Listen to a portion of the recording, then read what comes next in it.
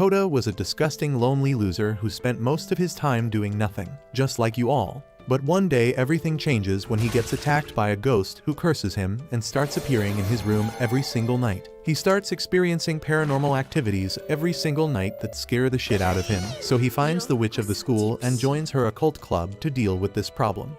Soon he starts discovering that there are several people in this world with special magical abilities fighting against an evil organization, and finds out that he has the most overpowered ability of them, all which makes him the strongest in this world. It all started when he decided to go on a random walk outside because he is totally jobless and has nothing better to do. He walks through the forests while looking at the pretty night sky, when suddenly he reaches a cliff where he spots a young girl sitting beneath the tree. He tries to call out to her, asking who she is, but this girl turns out to be super toxic just like my ex and screams at him for absolutely no reason.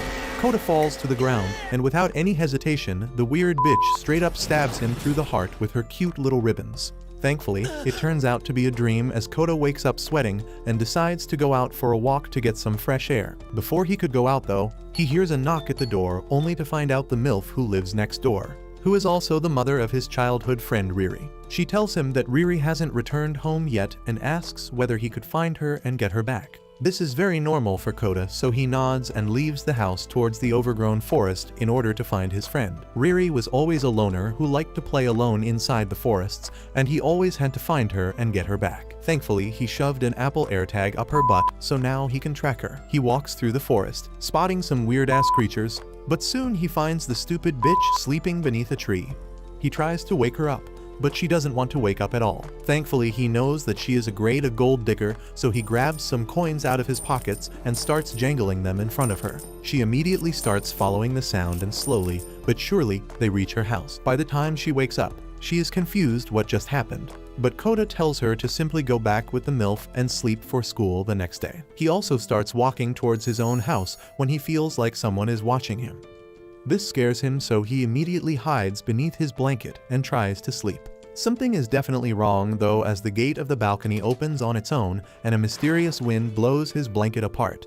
He starts having visions of a girl biting his hand beneath the blanket, but when he checks it, there is nothing here. He gets up with a sigh thinking it was just a dream when he spots the wet spot on his hand where someone bit him. He somehow manages to survive through the night and immediately starts heading towards the school alone as Riri is late as usual. He walks through the beautiful city that every brain-dead vegan in the world wants to live in and finally reaches his classroom. He greets the class bully Haru, who gets mad at him for no reason and starts threatening him. Haru decides to ignore his major life problems just like I do, but this time the problem is too angry and grabs him by the collar. Kota asks what's the matter with him, and Haru angrily asks whether he forgot what happened last weekend. Kota doesn't remember anything, but he forces his small pea-sized brain to think and remembers how he was being annoying to Haru by playing jokes on him as if he was a friend and also breaking a major bro rule by peeing right beside the urinal Haru was peeing in. Kota tells him that it was just a joke and promises Haru that he is average-sized. But Haru was mad and challenged him to a duel in front of the entire school. Kota is dumber than a coffee table though and replies that he doesn't have any Pokemon cards. Haru gets even more enraged and tells him that he meant a fistfight outside the school, and surprisingly enough Kota agreed, but never went to honor the duel while poor Haru waited outside. Kota finally remembers everything, but it's too late as Haru decides to take revenge, but is stopped by Lucia, the class representative, who tells both of them to sit their asses down when they are in her hood. Both of them are shocked by her African-American accent, when suddenly their teacher Nishi, who is a total cutie, tells them all to shut up and sit down. This makes Lucia angry at Kota as she tells him that his ass is dead now. A little while later Riri also arrives in the class, but before Kota can talk to her, Haru interrupts him once again, claiming that he will even fight God if he ever made fun of him. This cringy line makes Kota laugh out loud, which pisses Haru off again, and he grabs him by the collar and shouts that in 10 mins he will face throttle him. This sounds very gay and makes Kota laugh again, and he was about to get face throttled when Riri steps in and tells them to stop. She asks what the issue is and Haru tells her about the duel they were supposed to have, but then Kota ghosted him and stood him up completely. Riri is a very modern woman, so she supports all the LGBT RGB rainbow ass people, and tells Haru that he should simply hook up with Kota already as he clearly likes him. She also tells him to lube up, while Haru shouts at her to shut up as he doesn't want people to ship him with Kota. But it's too late as everyone hears this while Kota plays along and tells Haru to be gentle with him. This completely ruins the taste of the fight, and he sits back down on his desk while Kota wonders whether they can be friends, as all three of them are outcasts and loner with no real friends. That evening, he returns back home and goes back to sleep, only to wake up in the middle of the night to feel heaviness on his chest. He removes the blanket to see what's up, when he spots a girl inside his blanket again biting his arm. This freaks him out and he blacks out completely, waking up the next morning with a red mark on his arm, wondering whether he got cursed by Haru.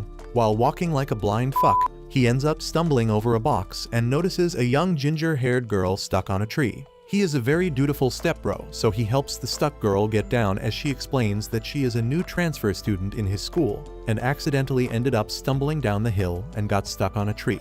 Kota decides to help her like a gentle man, but this sissy is so weak that he can't even pick up the box filled with books and starts shitting his pants, while the girl manages to grab it easily. He can't let her carry it, though, as his toxic masculinity will get injured, so he tries to grab it out of the girl's arm, but they both end up falling down. This creates a bad first impression as the girl calls him a weak pussy boy before running away towards the school. Unfortunately for them, the girl ends up getting transferred to the same class as him. She introduces herself as Kai and is an instant success amongst the touch-deprived incel of his class. The teacher makes her sit beside Kota, but the moment he tries to talk to her, Kai grabs the heavy table above her head to smack Kota, but stops at the last moment and puts it down. This even shocks Haru, who wonders what kind of freak this woman is. But Kota is simply excited at the thought of getting dominated and runs off to the bathroom to relieve himself. While walking out, she meets up with a loli named Shizuru, who is his junior, and promises to have lunch with her one day.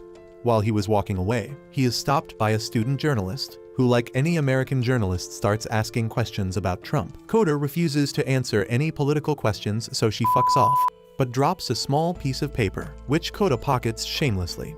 Later that day, after the school was over, Kota properly apologizes to Kai and asks whether she would like to get the tour of this city. She likes the proposition but refuses because she has to meet some family members at her house today. Kota decides to head back home as he is totally jobless and sleeps, only to see the weird ghost in his blanket again. This time he tells Riri all about it, and she claims that this might be the work of the witch in their school. Haru has no idea what the hell is this oddist talking about, but Riri replies that this girl is named Sen, who never attends any classes and spends all her time in the Ghostbusters Club, but always passes with good grades for some reason. They decide to ask around for information about this girl and the Occult Club, and even tried to hire Haru to work with them, but he told them to shove it before heading out.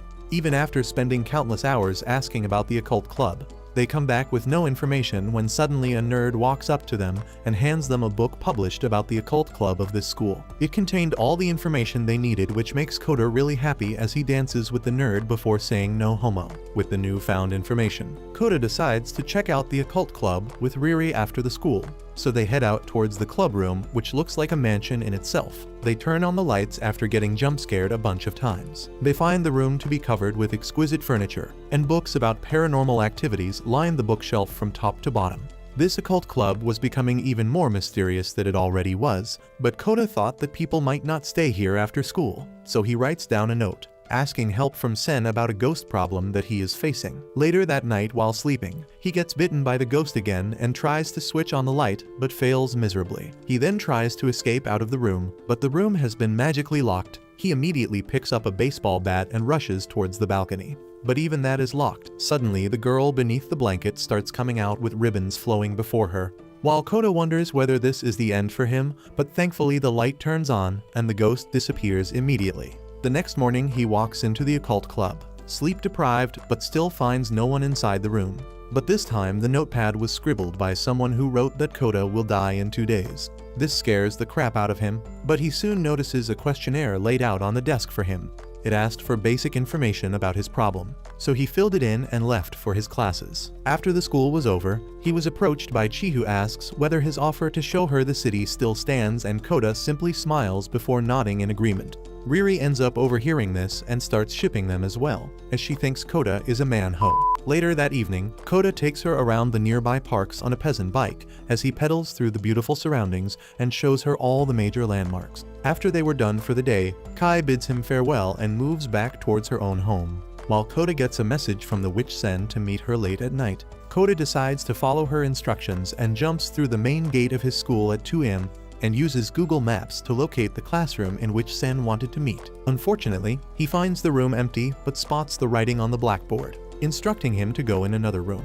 He goes into different rooms on a wild goose chase for a long time before getting tired and stopping for a drink. He wonders whether someone is playing a prank on him when he suddenly feels like he is being watched. He thinks to himself that it must be his imagination running wild, when suddenly a beautiful white-haired girl emerges from the stairs above. But Kota's blood runs cold at her sight, as she turns out to be the same girl from his dream who killed him with her ribbons. He immediately starts running away from the ghost girl while screaming like a little bitch. But no matter how much he tries to run, the ghost girl seems to be hot on his trail constantly. He runs through the never-ending hallway before deciding to jump into a room.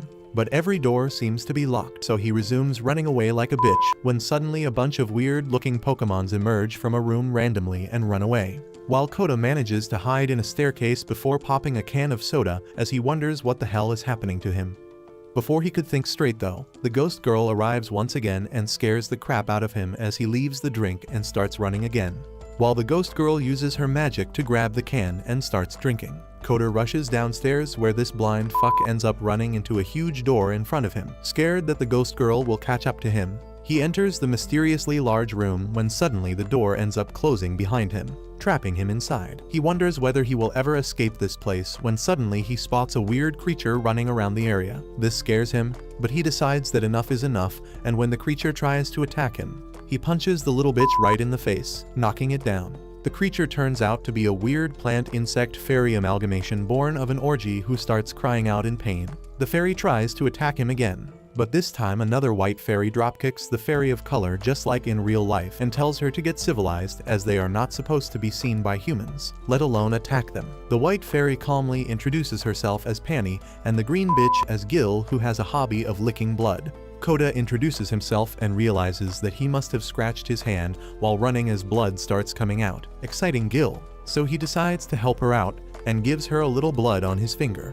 This green fucking freak starts deep-throating his finger like no tomorrow while he tries his hardest to flick her off his fingers, and they start moving through the room while Panny tells him that they are like plants and only need water and sunlight to survive. Kota is still not sure what they are, but now that they are more or less friends, he decides to move forward with them. When they suddenly spot a big black monster sleeping in the distance, Kota immediately pisses his pants while Panny looks at Gil asking where the fuck is she taking them. Gil replies that she never knew the way and was just going with the flow, so Panny tells her to back off while she takes the lead. She tells everyone to stay quiet as they don't want the monster to wake up. But while moving, Gil ends up sneezing, which wakes up the goddamn monster, while Kota realizes that they are as good as dead. They start running away as fast as possible, while the monster chased them and started trying to attack. Kota realizes that one good hit from that monster would mean the end of them, so he tries to dodge, but they end up getting thrown away by the shockwave to the ground. Kota sits back up and turns around only to see the goddamn ghost girl in front of him once again as she calmly drinks her soda. Kota wonders why she is still after him when he realizes that she will get killed by the monster if she doesn't look out. It was too late though, so he runs ahead and pushes her out of the way, saving her life. This ends up knocking the drink out of her hands though, which pisses her off, and she starts attacking the beast with her ribbons while Kota watches in awe. He had no idea she was so strong as she single-handedly pushes the monster back and smacks the shit out of him, forcing the monster to use his magic beam. This is not enough though, as the ghost girl simply uses her magic shield to block the blast before using her own magic beam to blast the monster, causing him to lose control and hit the ceiling of the room. The monster ends up swelling and was about to explode when the ghost girl uses her ribbons as a spear and stabs the monster, while the ground beneath Kota splits open and he falls through it. When he wakes up from his fall, he finds himself back in the school hallway in front of a weird-ass statue. He looks around for Gil and Panny before wondering whether it was all a dream, but the statue had a note telling Kota to bring it into the Occult Club. Kota follows the instruction and grabs the statue before walking into the club room, which he finds empty once again apart from a glowing crystal ball and someone sitting on a chair. He walks up to the crystal when the person spins around to reveal that she is the witch and welcomes him to her club room. The witch introduces herself as the third-year student named Sen, who is also called the witch by a lot of people inside the school. She takes off her hood to show beautiful flowy white hair as she asks what's the problem he is facing. Kota tells her all about the ghost girl killing him in his dreams, then appearing in his room every night, biting his hands, and whatever happened tonight with the big black monster. Sen smirks and sits down on her Alienware gaming laptop, punching on keys and moving her mouse. Kota seems to be impressed by the witch having such modern technology and asks whether she is using a software for ghost detection, but Sen simply shows him that she was playing Counter-Strike and typing racial slurs in all chat because she lost an eco round. He asks her to take him seriously, so she shuts the laptop down and grabs the questionnaire survey before telling him that his symptoms seem made up even to her, which annoys Kota, but the witch tells him to calm his tits as she is going to give him a protective charm. This relieves Kota a little, but when Sen starts chanting some weird spells and hands the charm over to Kota, which turns out to be a fucking paperclip. Kota wonders whether this hoe is making fun of him, but Sen tells him to sit down and hands him some paper cutouts as well, claiming that they work despite how they look, but tells him that he will have to come in for repeat appointments, and to make that easy, he is going to join the Occult Club as well. That night, he goes back to sleep and has a dream of waking up in a heavenly place in front of a blonde girl named Tomo. She tells him that she is the guarding spirit who will try to protect him at night to make sure the spirit that is tormenting him doesn't affect him. It turns out to be true as the ghost girl enters his room, but immediately, one of the paper cutouts blow in the wind and gets stuck in her mouth. The ghost girl immediately spits it out and moves towards Kota's bed, but the charm seems to have caused an allergy as she starts sneezing and walks off back to the balcony before disappearing. The next morning, he wakes up and finds one of the cutouts crumpled on the floor and wonders whether he will ever see Tomo again before heading out to school. Before going to his class, he decides to check the storeroom where the massive monster attacked him, but this time it just opens up to be a normal storage area with garbage inside. Confused, he goes back to his classroom where he is greeted by Riri, who asks whether he is feeling okay. Kota immediately tells her about what happened yesterday, but Riri shuts him up as she doesn't want to be associated with a dumbfuck. Later during recess, he goes down to have something to eat when he notices Haru minding his own business, but this retard decides to play a prank on him for no reason and hands him a sundae while acting like a lover at a bar. Haru is much smarter than this dumbass and tells him that it must be poisoned or something, which turns out to be true as Kota put a shit ton of hot sauce on it. Haru pushes it over to the side where Lucia was sitting with a similar sundae, while Kota ends up grabbing the wrong glass and brings it back to Haru. The bully gets pissed and tells Kota to take a bite first, which is a problem. But Kota decides to be a man and takes a bite, only to find out that it's sweet. He suddenly realizes what has happened and tries to stop Lucia, but it's too late as she starts gulping down her ice cream without any issue. This confuses him, so he snatches it out of her hand and takes a bite, only to get red-faced and sweaty by the hot sauce. Lucia gets super pissed by this and walks up to him before delivering an uppercut that would put Mike Tyson to shame and leaves. Later that day, he visits the Occult Club again and shows the crumpled up charm which Sen throws in the trash heartlessly, while Kota immediately takes it out crying about Tomo. She tells him to calm the hell down as there is nothing like a ghost in this world. This surprises Kota as Sen is the president of the Occult Club, but she claims that she just wanted a private room, and the previous Occult Club was dissolving so she took it on. She claims that every single paranormal activity can be explained by science, including what he saw in the storage area the other day. Kota is against this and claims that people do have special powers, which gets Sen's attention as she asks whether he has any powers, but he refuses nervously, looking very guilty. Kota makes it a challenge and claims that if he proves that ghosts exist, then he can play with the president's stress balls. At first, she takes out an alarm made for molesters, but Kota immediately breaks it, claiming it was a joke. But finally, Sen agrees to his demands. That night, while he was sleeping, the ghost girl enters the room again, but this time when the charm moves to block her, she immediately snipes it down before jumping into Kota's bed. Thankfully, Kota had Chipotle for lunch, and his toxic farts force her to leave the room immediately. The next morning, he takes Riri with her to the club, claiming that she will even join and help him investigate supernatural stuff, and Sen agrees without any issues, as she is too busy playing Counter-Strike and can't give two shits about Kota. Suddenly, Kai enters the room as well, and is shocked to see Kota and Riri working on the club website, and claims that even she is a member of this club as she is related to Sen. Later that night, the ghost arrives inside the room once again and gets into Kota's bed, who wakes up from a happy dream only to see the white-haired ghost. He falls rolls out of bed and tries to run away as the ghost stands on the bed, but disappears immediately after. The next morning, he gets some more charms from the president, so he also brings Shizuru into the fold so that she can help him as well. This degenerate slowly starts creating a harem, but Lucia gets the wind of it and immediately enters the clubroom and physically abuses him for no reason before claiming that even she will join the club to make sure Kota is kept in check. Sen again can't give two fucks and tells them all to shut their traps when she is clutching a 1v3 situation, while Kota takes the lead and starts creating strategies to find out whether supernatural stuff exists in real life or not. The next morning, he attends the assembly where the school festival is announced, exciting everyone including Kota. While returning back to the clubroom, he meets up Haru and asks whether he would like to be his date for the festival no homo. Haru tells him to back the hell off and leave him alone with his quirky bullshit. So Kota decides to head back to the clubroom where he finds a blue-haired guy standing already. Kotarou is shocked to see a rival male in his harem and was about to start a fight when the president comes out of the bathroom and explains that this man is named Sakuya and he is Kai's butler. At that very moment, Kai enters the room and is surprised to see Sakuya, who immediately hands her a lunchbox which she forgot to take. She thanks him while Sakuya tells Kota to stay away from Kai and never take her name. Kota is not a guy who can be pushed away from his harem, so he takes on his challenge and calls Kai by her name and asks her to get back to the class with him. Back in the classroom,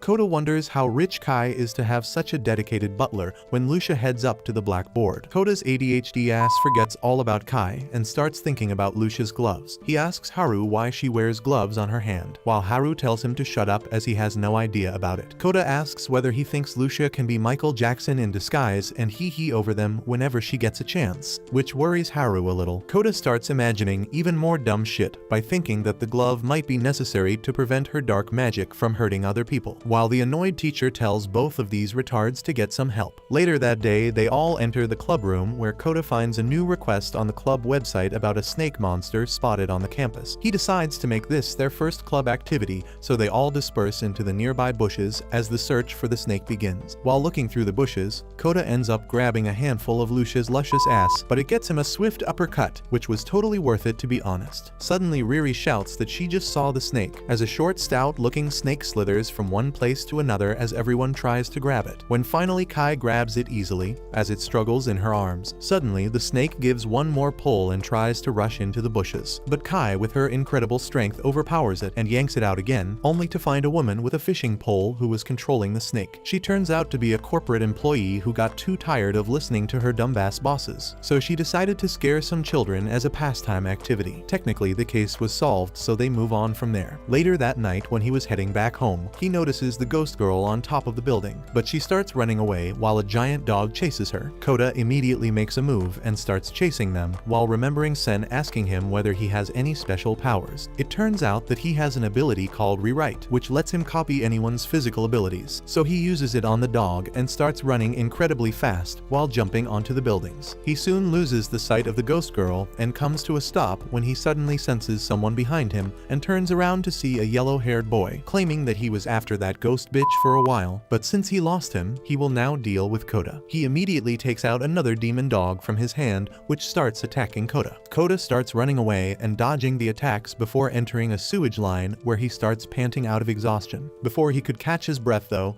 the dog breaks through the ceiling and enters the sewer, forcing Kota to run outside towards the exit. He immediately climbs out and jumps off a cliff only to fall down to the ground, knocking the breath out of him. He struggles to regain consciousness as the dog breaths down its neck, but through a blurry vision he spots a man coming to his aid and killing the monster immediately. When he wakes up again, he finds himself in a ramen shop with the owner and the Monopoly Man. The Monopoly Man tells him that he found him in a park and asks whether he is okay. Kota wonders what to say, but tells the truth by saying that he was chased by a monster dog who attacked him out of nowhere. Surprisingly enough, the Monopoly Man and the shop owner don't seem too concerned and claim that these monsters have increased in number in the recent years. This gets Kota's attention as he asks whether they can tell him more about it. So the Monopoly Man introduces himself as Asaka and asks him to visit his antique shop shop one day where he can learn more about these things. Suddenly, a young girl sits down on the ramen shop who turns out to be Shizuru herself, who is a regular at this shop. Soon the entire shop gets crowded by all the regulars who come here to drink and eat, and after having dinner, Kota drops Shizuru back at her home and starts walking towards his home when he meets up with Sakuya, who is out to get some ice cream for Kai. Kota asks whether ice cream this late at night, but the butler tells him not to question Kai's orders and claims that a lowlife should stay away from her.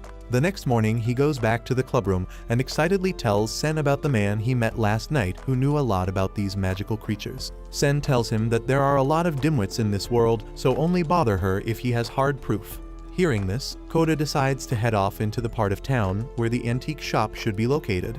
But this area doesn't seem to have the best people in it, as half of them look like they belong in Skid Row. He walks through the streets before entering a dark and dingy alley blocked by a bunch of delinquents. They walk up to him and ask where is he from. So Kotar reveals the name of his school, which seems to surprise the man who asks whether he is from the same school as Haru. Kota is surprised to hear that name, but the delinquent claims that earlier this entire area used to be a cesspool of degenerates and bullies, but Haru single-handedly beat the crap out of everyone and created an order so that everyone can live peacefully. Kota immediately claims that he is Haru's friend, which changes the way these delinquents talk, as the man tells him that if Kota is the same age as Haru, then it means that he is older than all of the delinquents here. Kota is shocked to hear this, but his tone changes immediately as he tells them to stop wasting his time and show him the shop.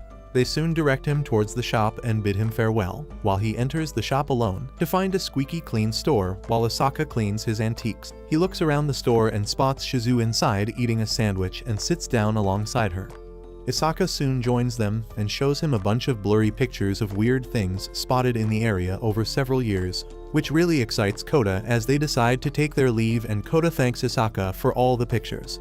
They soon start walking through the street as the sun sets when Shizuru stops on the way and gets some sprouts from a sale to have for dinner. Kota knew that she was pretty poor and lived alone in a rundown apartment, but he never asked why this was the case. The next morning, he went back to the club and showed Sen all the pictures that he had gathered, but she was totally uninterested as she continued fragging inside Call of Duty, trying to get a new kill streak.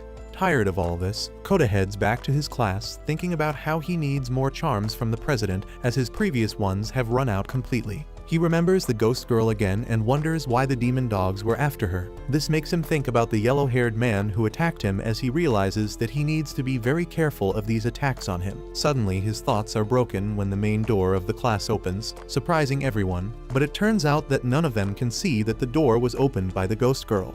They wonder whether it was the wind, while the ghost girl calmly walks by all of them and heads over towards a shocked Kota. She calmly grabs his arm and starts nibbling on it, scaring the crap out of him as he tries to suppress his scream, while Haru wonders what the hell is wrong with this incel.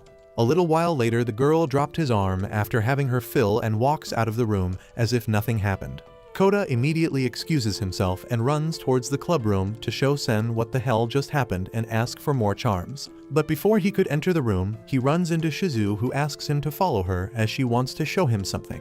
She takes him outside where he finds their class teacher Nishi standing in front of her car. They all get inside while a confused Kota asks Nishi what the hell is going on and what's her relationship with Shizuru. Nishi claims that she can't really reveal anything, but tells him that they are heading towards Shizuru's old home and asks Kota to believe everything that Shizuru tells him as she never lies. They reach their location by the time the sun was on top of them, and Kota walks with Shizuru towards her old house. They soon reach a small but cozy little home with a beautiful bed of roses in the garden. No one seemed to be at home, so they decide to wait outside, and they wait for a long time. But by the time the sun started setting finally, a yellow-haired MILF walks towards the house, a little surprised to see Shizuru. She asks whether she has seen her before, and Kota was going to say that Shizuru was their daughter, but she stops him and tells the MILF that she just really liked the roses and was looking at them.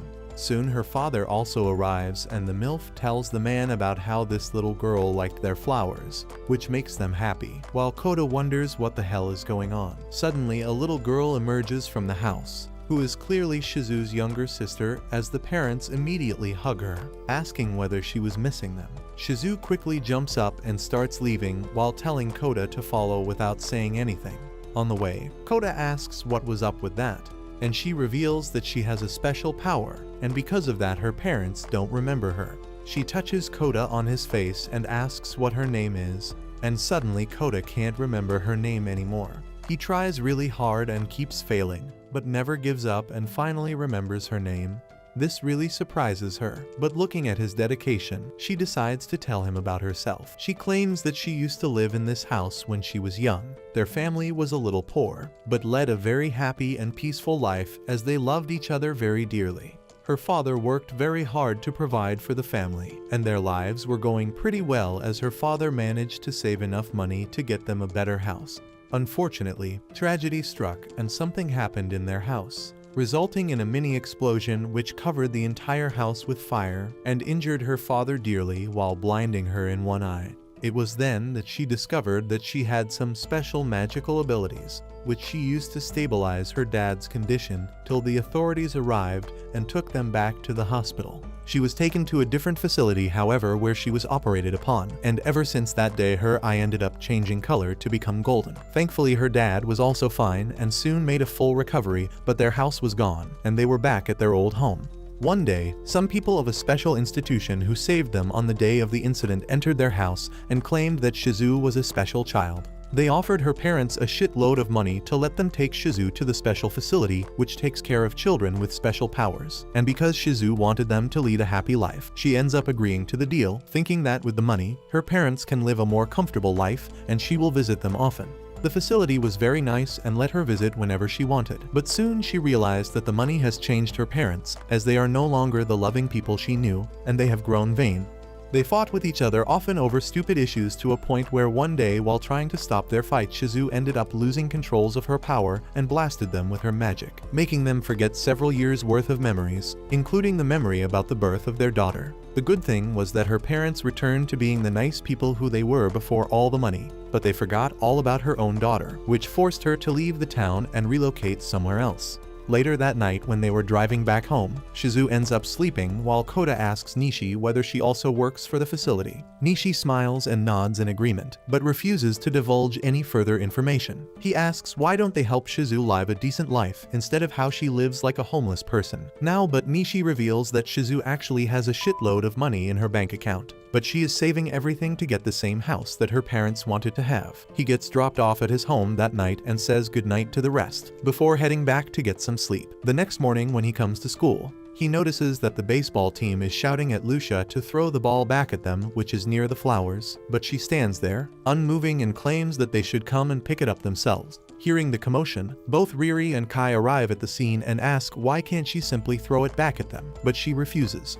Kota immediately goes ahead and throws the ball back into the field, but Riri decides to push Lucia and asks why the fuck does she act so high and mighty as if everything around her is dirty. Lucia seems very stressed and tells her to shut up as it's not her choice, but Kai continues, claiming that she is even acting as if the flowers are dirty, which surprises Riri, who claims that flowers are super pretty. Lucia loses control and pushes Kai over, claiming that she doesn't know anything before running away while Kota wonders what's up with the class representative.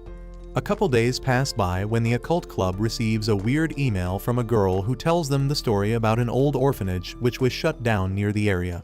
Apparently strange things started happening after a new girl named Asahi was introduced at the orphanage. Whenever she was nearby, strange things would start happening, like windows breaking, flowers dying, and even farm animals started dying. Slowly but surely it became a big problem, as this started affecting the students and the teachers there, who started falling sick and many of them died. Because of this, the orphanage was forced to shut down and the children were scattered into many different schools. One of the guys who got transferred told the sender of this email that Asahi had dark magic powers looming over her. And sure enough, 4 days later, he also fell sick and died of a mysterious illness. This definitely seemed like a paranormal case to Kota, and the best way to figure out whether the story is correct is to ask Haru, who was in the same class in the same school during this incident. He calls him during the evening and asks about the incident, but Haru doesn't seem to have any interest in answering his questions, but warns him that if weird things start happening, including broken windows, he needs to run away from there. The next morning, Kota gets his hands on the list of students from that class and gets it photocopied while Lucia was using the machine. But to his surprise, the photocopier spits another paper with a note saying "Do not wake me." Suddenly all the windows of the school break, which reminds Kota of Haru's warning.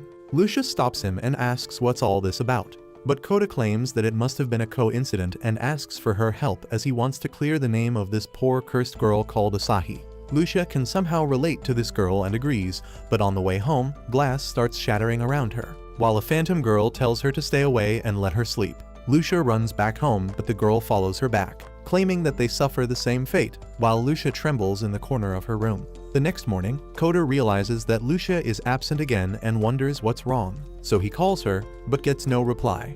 Later that night when he was walking back though, he suddenly hears a girl telling him to stay away. He gets scared and cornered against the wall. When he realizes that it was Lucia who was saying all this, suddenly she loses consciousness and falls while Kotarou grabs her and takes her back home. He remembers the story Shizuru told him about Lucia, thinking that she is cursed because during junior school she made a bunch of things die coincidentally. Ever since then, she started thinking that she was dirty and began wearing a glove at all time. Finally, Lucia wakes up in his bed and realizes that there's no point pretending anymore. So she walks up to the plant and grabs one of the leaves, which immediately withers away under her touch. She tells Kotarou that she is cursed and shouldn't touch anyone and starts crying while Kotarou tries to calm her down. Lucia ends up smacking his hand away and runs into the corner crying. White Kotarou realizes that the curse is starting to work on him as well. The next day, he decides to visit the orphanage where it all started and enters the church where, while watching a picture frame, it breaks completely. Kotarou smiles and calls Lucia out, claiming that he knows she is the Asahi that he is chasing after. And sure enough, Lucia emerges from a corner telling him that he should have never gotten involved in this. Kotarou smiles and claims that he realized that she was the one breaking all the glass, and she must have been the one who wrote that note from the copier. But Lucia tells him that she did it for good reason, as no good will come in trying to get near her. She tells him to walk away and forget about all this. When Kotarou realizes that the curse is reaching his heart, and he starts breathing hard before falling to his knees. Lucia immediately realizes what has happened and starts tearing up at what she has done, knowing that not even the hospital can save him now. Kotarou tells her not to worry though and uses his rewrite ability to change his physical attributes to Lucia's, which means that he is now resistant to the curse. Soon the pain subsides as he gets up again, shocking Lucia, who can't believe her eyes. He grabs her hand, claiming that she shouldn't be alone in this world as it's simply too sad, and promises to always be with her. Lucia breaks down and hugs him as she cries when suddenly the church gets surrounded by some people in hazmat suit and guns. Lucia immediately tells everyone to calm down, and it turns out that one of the hazmat-wearing person is none other than Nishi. She takes them to a hospital, where Kotarou undergoes a series of checks which surprises Nishi, as according to the test, he seems to be naturally safe against Lucia's curse. He finally asks her what the hell is her actual job, and Nishi reveals that she works for an organization called the Guardian, who assemble any person with a special ability and train them to use their skills for the good. This is all to prepare for a fight against an evil organization of vegans called Gaia, who want to eliminate all the humans from Earth so that it can get repopulated by trees. She tells him that they are making sure that these vegans never succeed in their project, and asks Kotarou to take care of Lucia. Kotarou smiles and tells Lucia that she doesn't need to worry as him, and the entire Occult Club will always have her back and will support her through any adventures coming her way. Take you